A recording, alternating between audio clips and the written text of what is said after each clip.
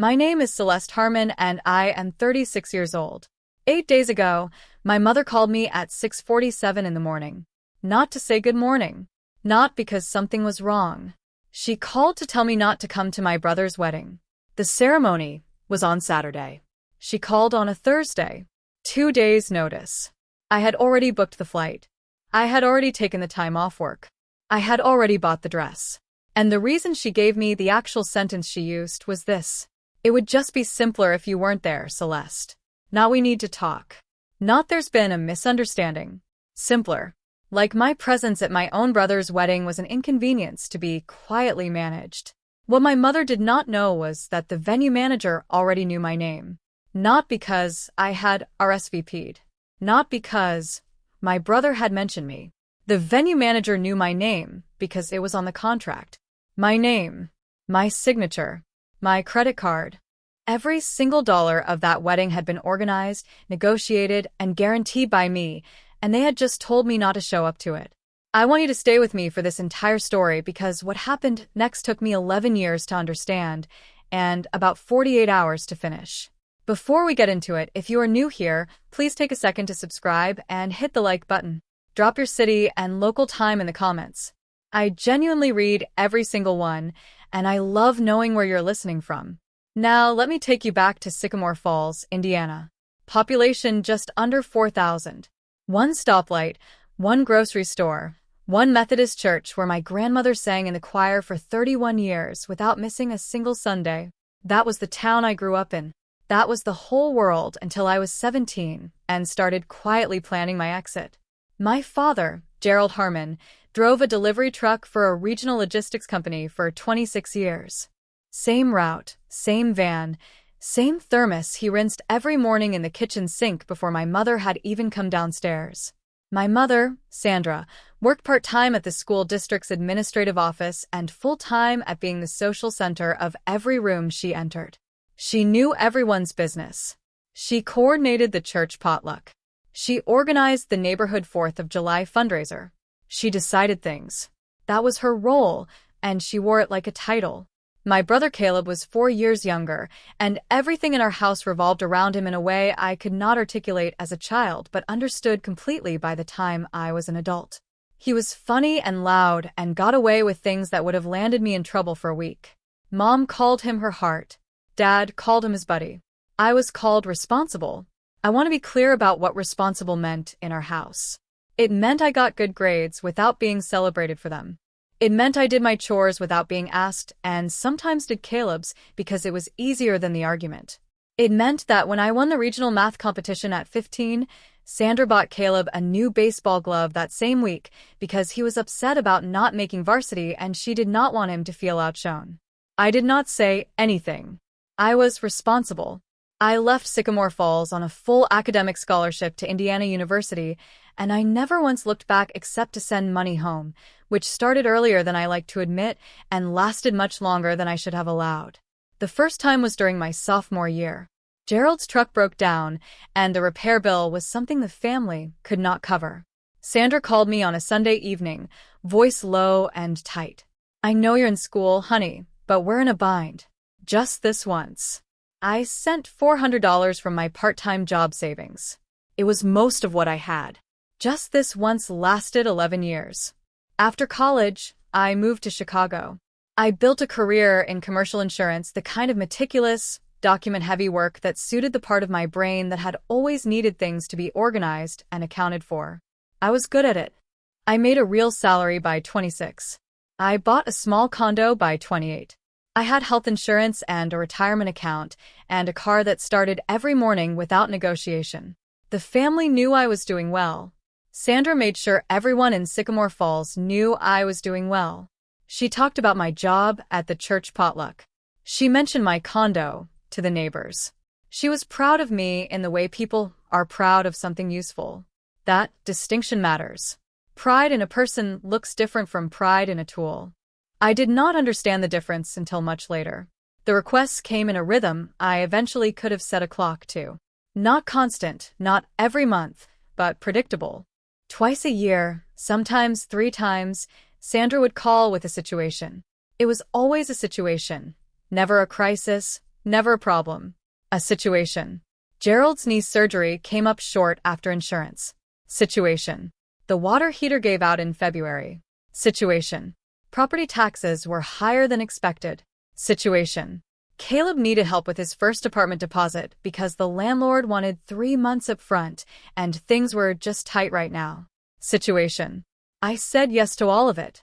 Not because I was naive. I was an insurance professional. I understood financial risk better than most people in my family ever would. I said yes because saying yes felt like the price of staying connected. I had moved away. I had made something of myself in a way that quietly made them feel the distance between us in both miles and money. Every check I wrote was a small apology for leaving. I did not know that then. I figured it out later, in therapy, which I mention now because I want you to know I'm not telling this story from a place of unexamined anger. I have done the examining. The total, when I finally added it up 4 years ago, was $85,000 and change. I am going to say that number one more time so it can settle properly. $85,000.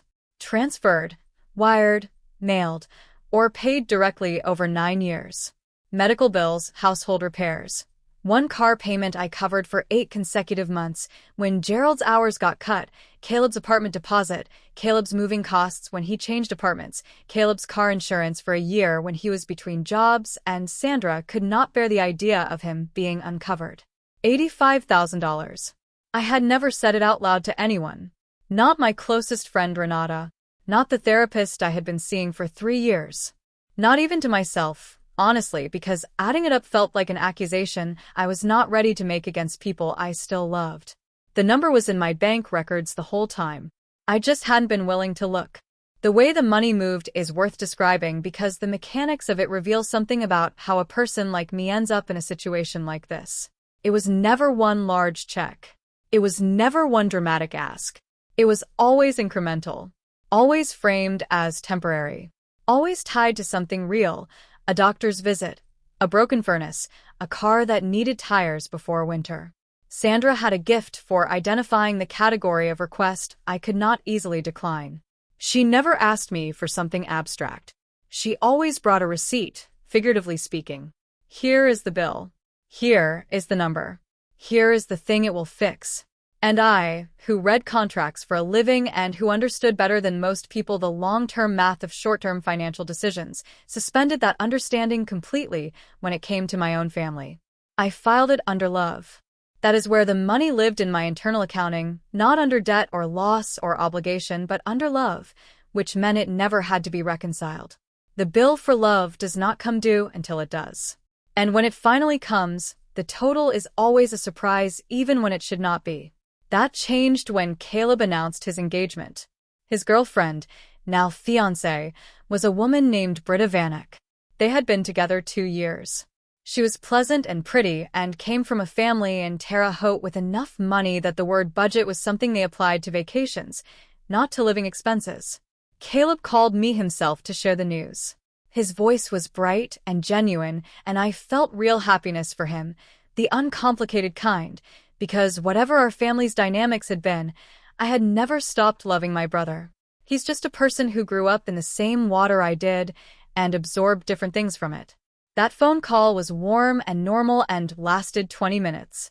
The one from Sandra 48 hours later was neither of those things. Mom, I said, having already practiced the particular tone of voice that meant I am open to whatever comes next.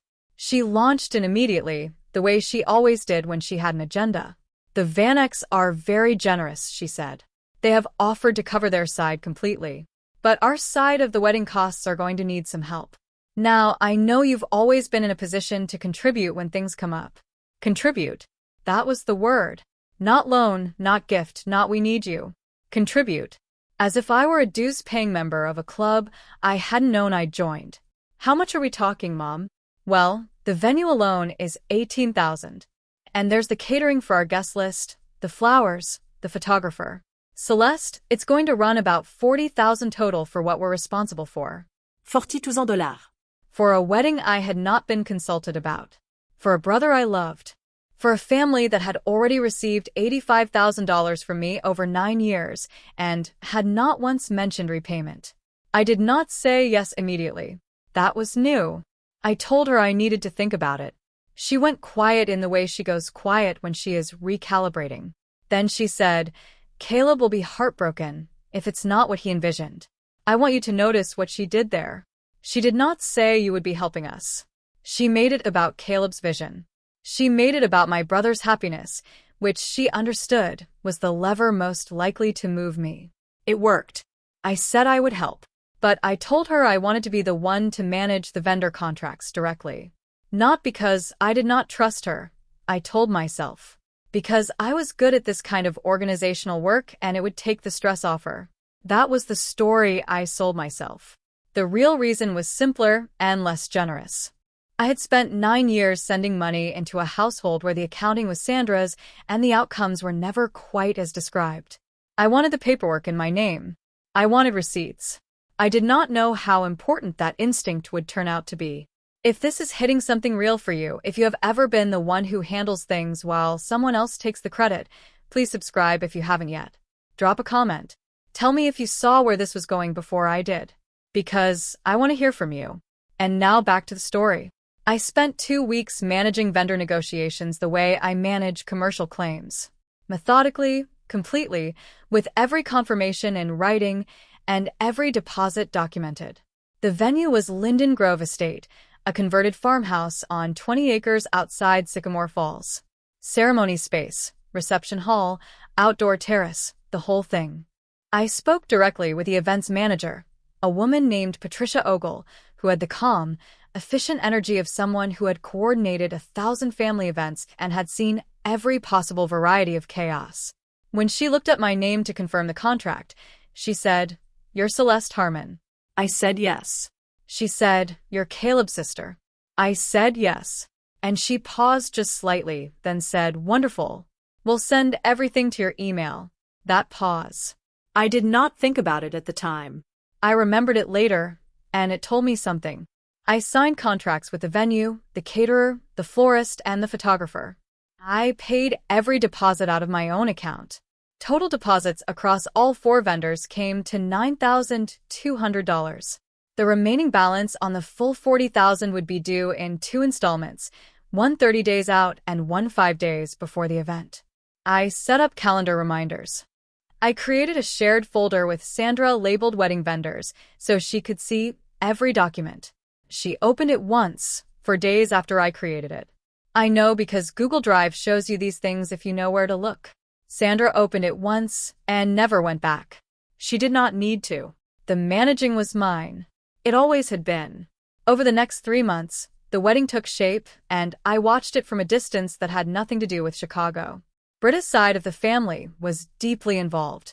Her mother and Britta were in constant communication with the venue. There was a group chat I knew existed because Caleb mentioned it once in passing. I was not in it. I asked Sandra once about the seating arrangement, whether there was anything she needed me to weigh in on from a logistics perspective. She said, "Oh, it's all handled, honey. You don't need to worry about any of that." Handled? By whom, exactly? I did not push it. I told myself it was fine. I was the behind-the-scenes person. Not every role is a visible one. I believed that. I had been believing it for 36 years. 6 weeks before the wedding, I booked my flight from O'Hare to Indianapolis. Round trip, economy 4 days. I arranged to stay at a hotel in town rather than at my parents' house because I had learned over many visits that staying in that house meant absorbing Sandra's pre-event energy at close range, and I did not have the capacity for that anymore. I bought a dress. Green silk, understated, the kind of thing that photographs well without competing with anyone. I spent more on it than I usually would because I wanted to feel right. I wanted to feel like a person who belonged in the room. I want to remember that detail, the dress, because it matters to what came after. I called Caleb 3 weeks out to confirm the schedule. He sounded happy, distracted, genuinely caught up in the excitement of the thing. He mentioned that Britta's family was doing a rehearsal dinner Friday night. I said, "What time should I plan to be there?" He said, And then there was a pause that I recognized. A pause I had heard many times in my life and always talked myself out of taking seriously. "I'll have Mom text you the details," he said. Sandra never texted me the details. I flew in on Friday evening anyway. Checked into the Hampton Inn on Route 9. Texted Sandra when I landed. She replied 2 hours later. Safe flight. See you tomorrow. That was it. No, come join us. No, we're at the restaurant. No, Caleb will be so happy you're here. Just 2 sentences and a period. I ate dinner alone at a diner on Main Street where I used to get grilled cheese after school on Fridays when I was 10 years old. The woman behind the counter looked at me for a long time before she said, "You're not Gerald Harmon's daughter, are you?" When I said yes, she nodded slowly and said, "You look just like him." I thought about my father on the drive back to the hotel. Gerald had always been the quieter one, the one who enforced without architecting. He was not the person who drew the lines in our family. He was the person who stood on the correct side of them once Sandra drew them. I had always found that both easier and harder to forgive than the lines themselves.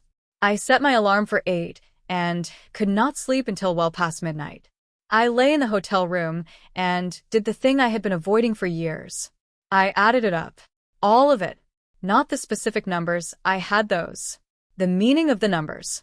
$85,000 from a salary I had earned alone, in a city I had built a life in, from a family I had left at 17 and spent 19 years trying to stay connected to through money, because connection through presence had never quite been available. $85,000 and a hotel room and a diner with a woman who recognized my face from my father's. I turned off the light and waited for sleep that came slow and thin. Saturday morning. I got up early, dressed carefully, drove to Linden Grove Estate at 11 o'clock for a noon ceremony. The gravel lot was already half full. The magnolias along the entrance drive were in full bloom.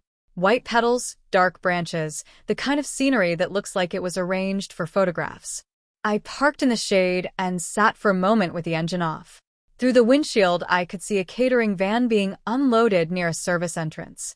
I could see white chairs lined up in rows on the lawn through a gap in the hedgerow. I could see fairy lights strung between the old oak trees, exactly the kind I had helped Sandra select from a vendor catalog 4 months ago. I got out of the car, gathered my bag, and walked toward the main entrance. The events coordinator standing near the door was a young woman with a clipboard who I had not spoken with before.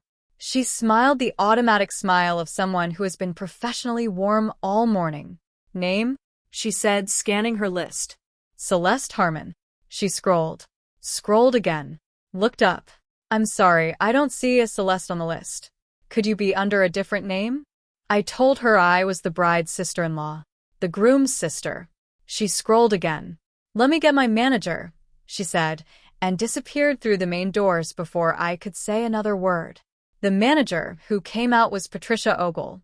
The same Patricia Ogle who had handled every contract, confirmed every deposit, exchanged 16 emails with me over 4 months. She came through the door and stopped when she saw me. Her expression shifted in a way that told me she had been briefed. Celeste. Yes. I'm Patricia. We've spoken by email. She extended her hand, and we shook, and her eyes were doing something careful, something professionally neutral that cost her some effort. It's lovely to finally meet you in person. I appreciated that she said it. Come inside for a moment, she said, and gestured toward a small anteroom off the main foyer. There was a table, 2 chairs, a vase of the lilies I had approved with the florist. Isette. She sat. She placed her clipboard face down. I want you to know, she said, choosing her words with the precision of a person who had clearly anticipated this conversation, that your name is on every document we have for this event. Every contract, every invoice, every correspondence. You are the contract holder for this wedding. I told her I understood that. I asked her why I was not on the guest list. She looked at the clipboard, then back at me. I received a call from the mother of the groom 3 days ago asking me to remove your name from the day of entry list. She said there had been a family decision and that you would not be attending. I sat with that for a moment. 3 days ago. Sandra had called 3 days ago. She had called Patricia Ogle, the events manager at the venue I had contracted and paid and organized, and asked her to remove my name from the entry list. I asked Patricia if she had any questions about that request when she received it. She was quiet for a beat. I asked for confirmation that the request came from an authorized party. Your mother indicated she was the event host. I noted it on file. That was all I could do. I nodded. I understood. Patricia was a professional. She had done exactly what she could do within the bounds of her role.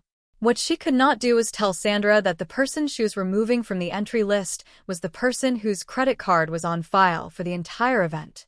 Patricia seemed to understand, sitting across from me in that small anteroom, that the situation she was in was more complicated than she had been led to believe. She asked, quietly, whether there was anything she could help me with. Yes, I said. I am going to need documentation of every payment made to this venue under my name. And I am going to need confirmation that I remain the contract holder of record for this event.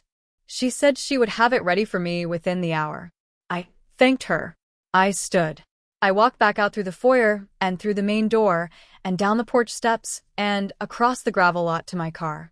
I sat down. I did not cry.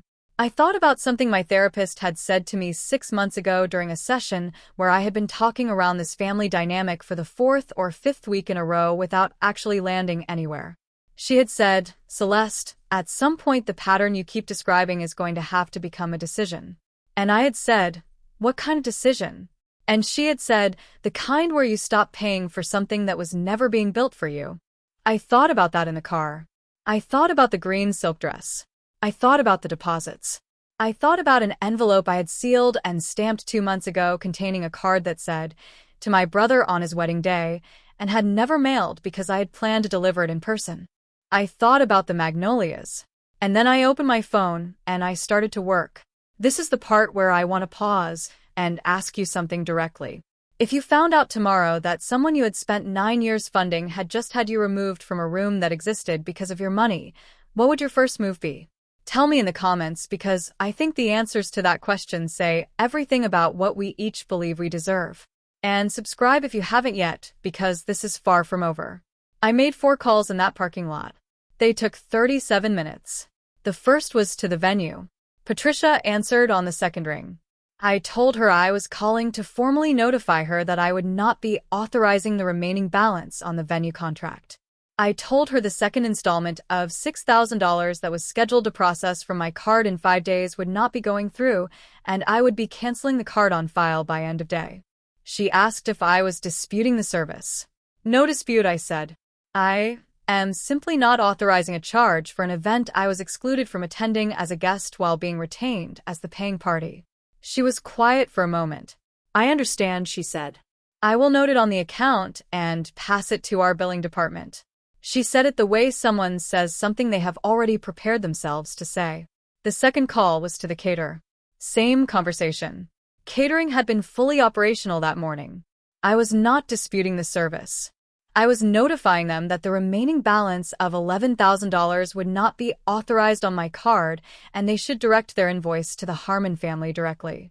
The caterer was less prepared for this than Patricia had been. She asked me to hold twice. When she came back, her voice had acquired a new texture.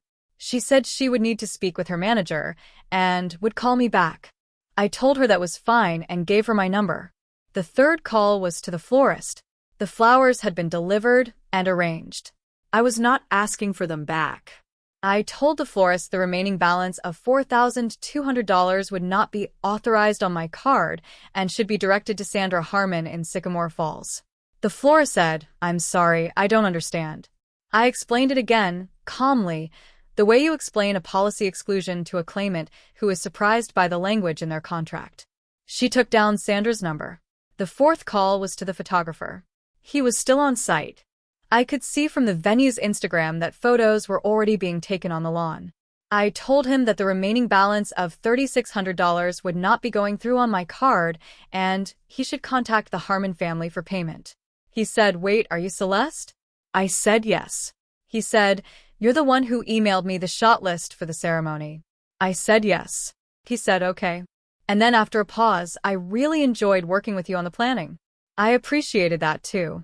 I called my bank last, canceled the card, requested a replacement with a new number. The deposits, $9,200, were gone. I absorbed that. I was sitting in a parking lot outside a wedding I had organized and paid for and been excluded from, and I had just spent 37 minutes quietly making sure that the people who excluded me would be receiving some paperwork of their own by end of day. I did not feel victorious. I want to be honest about that because sometimes these stories get told like a highlight reel, and this was not a highlight reel. This was grief, wearing the clothes of logistics. This was me finally accepting something I had been refusing to accept for 9 years. I sat in the car until the shaking in my hand stopped. Then I drove back to the hotel. I changed out of the green silk dress and hung it carefully in the closet because it was a beautiful dress and it had done nothing wrong. I ordered room service. I called Renata in Chicago and told her everything for the first time from the beginning, and she was quiet for a long time, and then she said, "I always wondered where your money was going." I said, "I know." Me too. Now let me tell you what happened next. Sandra called at 4:17 in the afternoon. I was sitting on the hotel bed reading a book. I had barely absorbed a single page of when her name appeared on my screen. I let it ring twice. Then I picked up because avoidance had been my default for 9 years, and I was done with defaults. Celeste. Mom. We need to talk about the vendors. I know. The venue just called us. They said the remaining payment isn't going through. That is correct. Why would you do that? Her voice was doing the thing it does when she is performing for an audience, which made me think Gerald was probably in the room. I told her I was not authorizing charges for an event I was removed from attending. But you're the one who signed the contracts. Yes. Which is also why I'm the one who can decline to make the final payment. Silence. Then her voice shifted registers, down from performance into something tighter and quieter and more honest. Do you have any idea how this makes us look?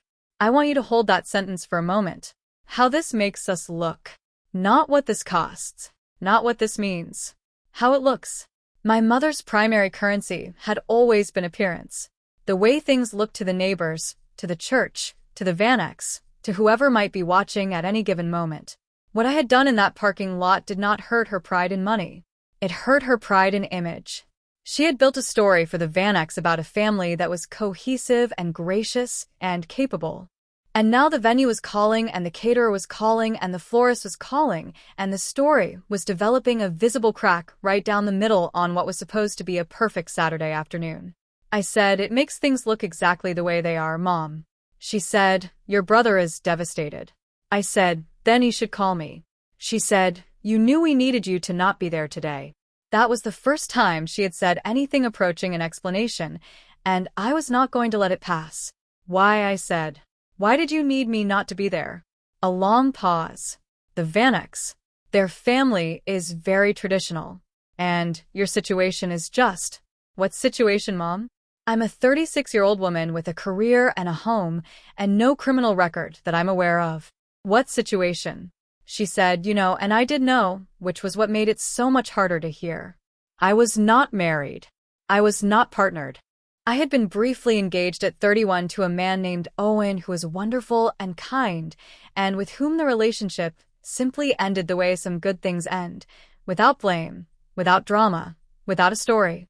I had not been in a serious relationship since. In Sycamore Falls, in the Vanek family's framework, in Sandra's framework, a woman of 36 who was unattached and living alone in Chicago was a variable that complicated the family portrait. She did not want to explain me to the Vanex. She did not want the Vanex wondering. She did not want that thread pulled in front of people she was trying to impress. So she had removed me from the room. She had not consulted Caleb about it, I was almost certain. She had made a decision the way she always made decisions, unilaterally, in the name of what was best for the family, meaning what was best for how the family appeared to the people watching. I said, "I am the reason there is a wedding for the Vanex to attend today, Mom.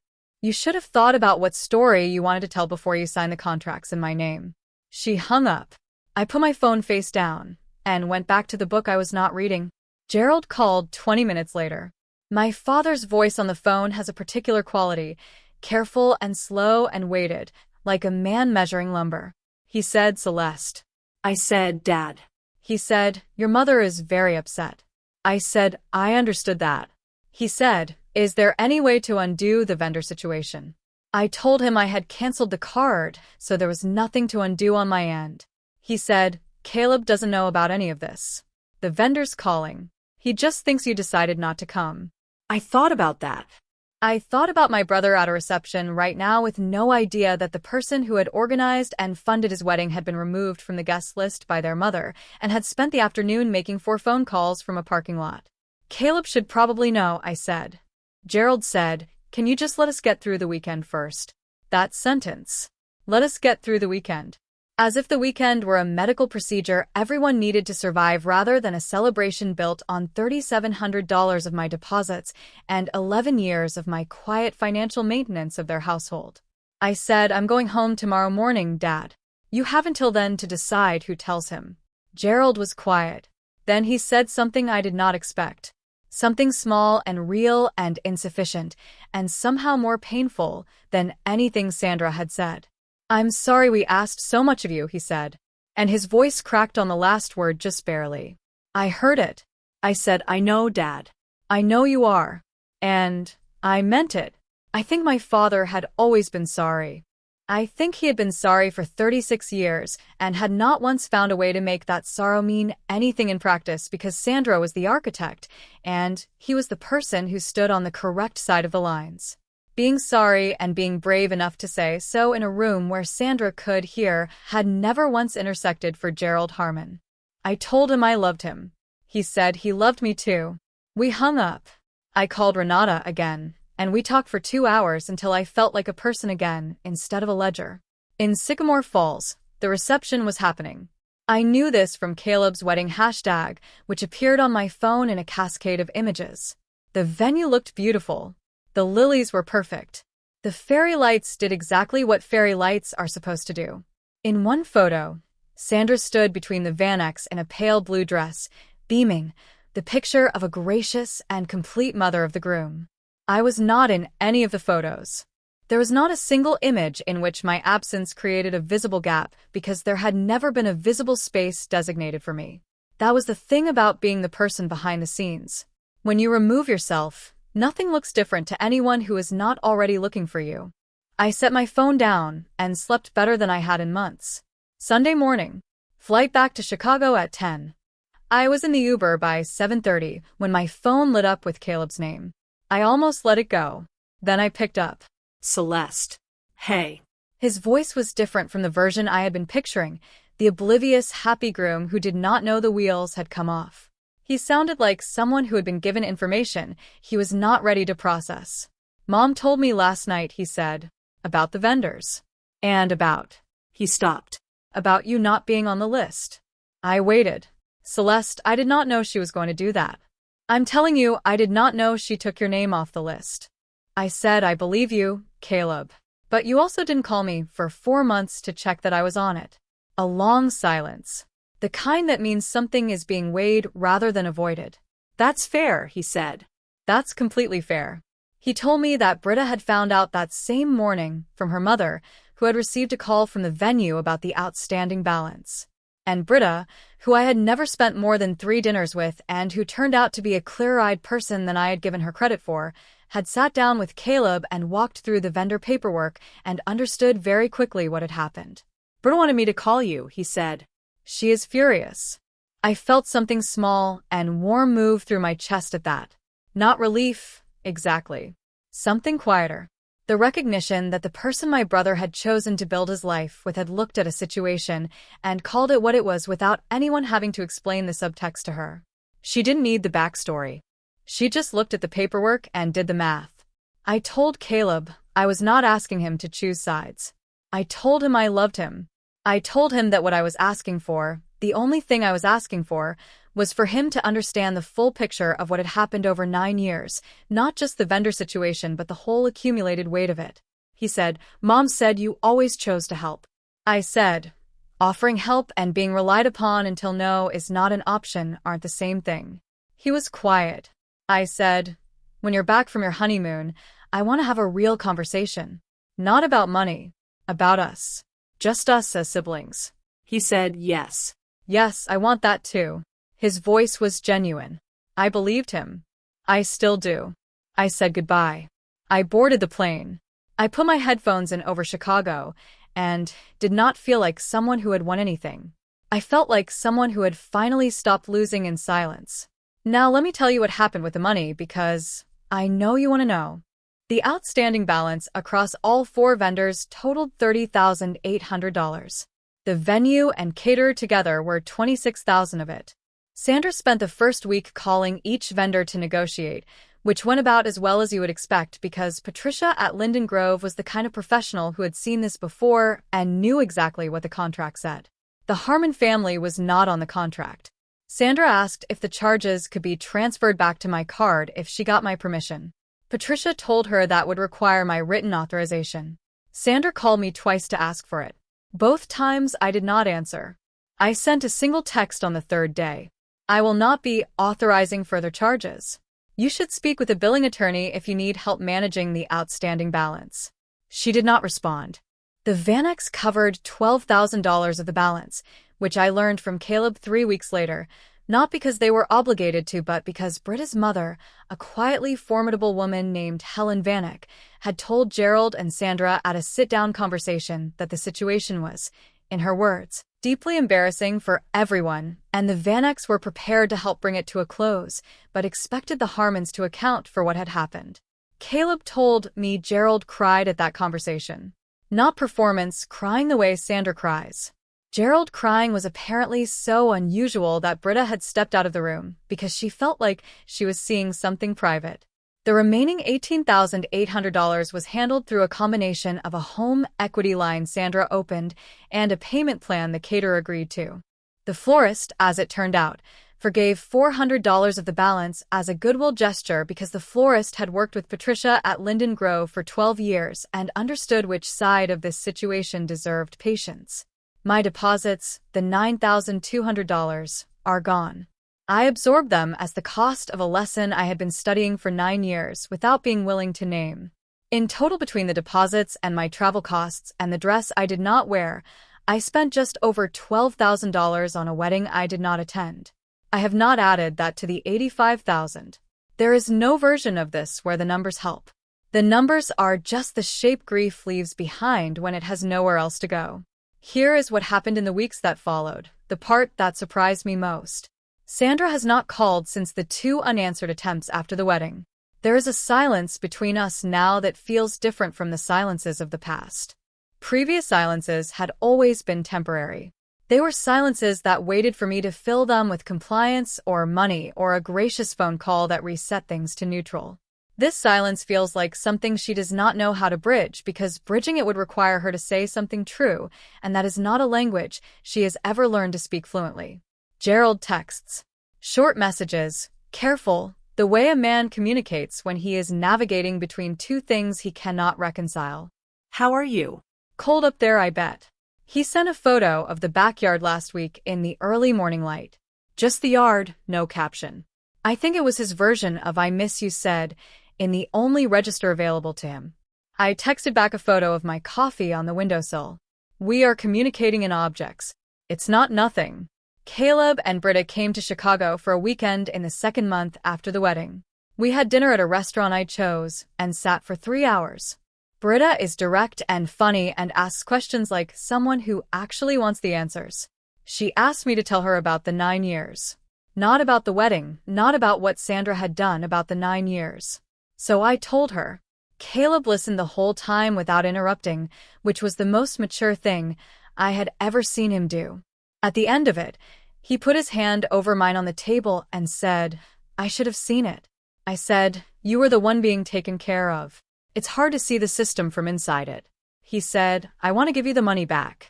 I said, that is not what I need from you. He asked what I did need. I said I need you to be my brother. My actual brother, not the version where I am the useful one, and you are the one being supported. I need it to go both ways. He said yes. And the way he said it was different from the way people say yes when they mean they hear you. It was the yes of someone who understood the terms. Aunt Beverly, my mother's sister who lives in Evansville, called me 5 weeks after the wedding.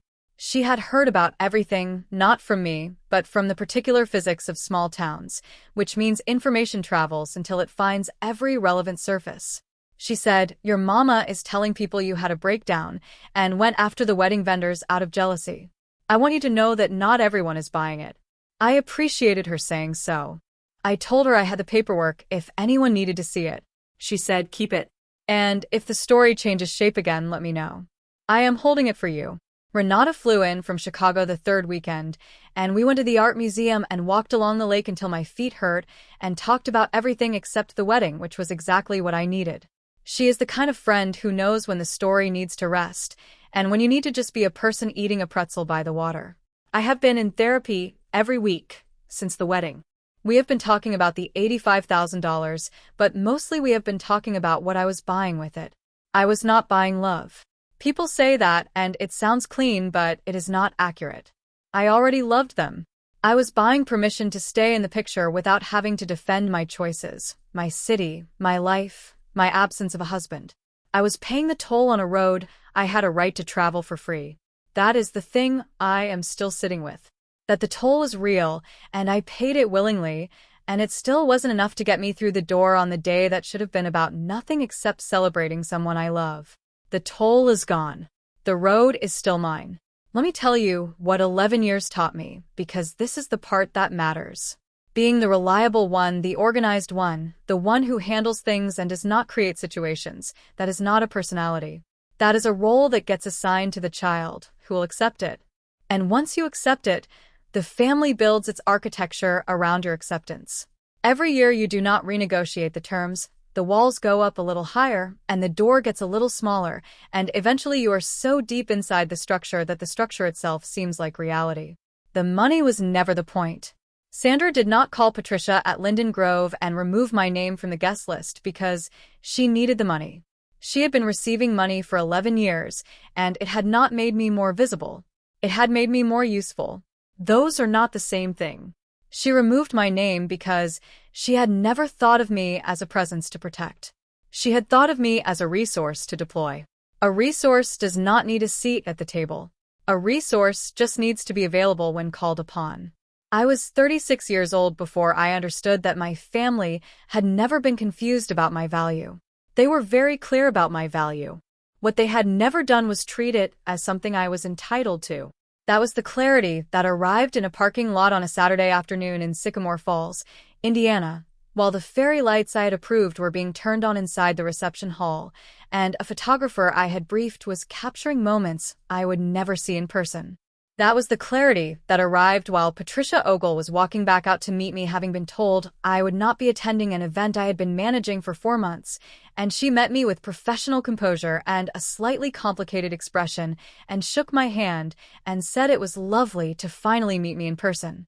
It was lovely to finally meet me. The venue manager knew my name. She just had not known my face until that afternoon, which was, now that I think about it, the most accurate summary of 11 years I have ever heard. My name was on everything. My face was not in any of the photos. I am not ending the story with the $85,000 because the $85,000 is not the story. The story is simpler than that. The story is a girl from Sycamore Falls who left at 17 and spent 19 years trying to earn her way back into a family that had already decided what her role was. The story is what happened when she finally stopped auditioning. Caleb and Britta are doing well. They're figuring out what their marriage looks like when it is not standing on someone else's foundation. That takes time. I am rooting for them. Gerald still sends photographs of the yard. Sandra is quiet. The quiet is hers now. I did not leave her in it. She built it herself, one removed name at a time. And I am in Chicago. My condo has a kitchen window that faces east, and in the mornings the light comes in at an angle that makes even a cup of ordinary coffee look like something worth photographing. I have a career I built from nothing, and a friend who flew across a time zone to walk with me by the water, and a therapist who asks the right questions, and a brother who is learning, slowly, what it means to be a sibling rather than a recipient. I have a green silk dress hanging in my closet that has never been worn to a wedding. Maybe I will wear it to something else. Maybe I will wear it to nothing at all, and just let it hang there being what it is, something beautiful I bought for myself that nobody got to take from me. That is enough. That is more than enough. That is, honestly, everything. If this story reached something in you, if you have ever been the name on the contract and not the face in the photograph, I want to hear from you. Drop it in the comments. Tell me your version. And if you know someone who is still paying the toll on a road they have a right to travel for free, share this with them. Not because it will fix anything, Because sometimes the most important thing is hearing that someone else saw the same road and finally stopped at the booth. Subscribe if you haven't yet. I will see you in the next one. Here is something I want to add before I go because I have been thinking about it since I started writing this story down, and I do not want to leave it out. I have told the story to exactly 3 people before sharing it here. Renata, who heard it in pieces over 2 years before she got the whole picture in one long phone call from a hotel room in Indiana. My therapist, who heard it in the careful installments that therapy requires. And Aunt Beverly, who already knew most of it from the outside and just needed the interior version confirmed. Every single one of them said a version of the same thing. They said, I could see it happening. They said, I watched you carry it. They said, I just didn't know how to say anything because you never seemed like someone who wanted to be caught carrying something. That last part stayed with me. I never seemed like someone who wanted to be caught. And they were right. Being caught would have meant admitting the weight. Admitting the weight would have meant admitting the arrangement was wrong. Admitting the arrangement was wrong would have meant having to do something about it. And doing something about it would have meant the possibility of losing what I had been paying to keep. So I carried it in silence, and I dressed the silence up as capability, and I called that capability independence, and I built an identity around it so solid that the people who loved me the most assumed I was fine. I was extremely good at being fine. That is the part they don't tell you about being the responsible one in a family that needs a responsible one. The better you are at it, the more invisible the cost becomes. The more invisible the cost, the longer the arrangement continues. The longer the arrangement continues, the deeper the assumption grows that this is simply who you are, someone who carries things. Not someone who was asked to carry things. Not someone who agreed out of love and fear and the particular grief of belonging to a family that had never quite made room for you. Just someone who carries. When Sandra called Patricia Ogle and asked her to remove my name from the entry list, she did not do it with cruelty in her heart. I want to be clear about that because it matters for how I am telling the story and for how you understand it. Sandra did not sit down and decide to hurt me. Sandra sat down and made a practical calculation about image management, about what the Vanex would think, about whether my presence created a variable she did not know how to control. She did not factor in what it would cost me because she had never had to factor that in before. My costs had always been invisible. My feelings had always been manageable. I was responsible. I could handle it. And I had spent 20 years making sure everyone in that family believed that because I believed it too. The thing I did not understand until a parking lot on a Saturday afternoon in Indiana was that handling it was not the same as it being okay. I had confused my capacity with my consent. I had confused my willingness to absorb pain with the idea that the pain was acceptable. And in doing so, I had handed everyone around me permission to behave as though the pain did not exist. Patricia Ogle knew my name because I had put it on everything. She had never needed to ask who was handling things. It was obvious from the paperwork. That is the last thing I will say about Sandra, about the $85,000, about the green silk dress, about the door I was not let through. The paperwork was always in my name. The credit was always in theirs. That arrangement lasted exactly as long as I let it. And I am the only one who had the power to stop it. I stopped it. Finally, on a Saturday afternoon in a gravel parking lot in Sycamore Falls, Indiana, with my phone in my hand and 37 minutes to spare. I stopped it. And the rest, everything after, has been built on that stopping. Not on the anger, not on the money, not on what Sandra owes me, not on what Caleb needs to learn. On the stopping.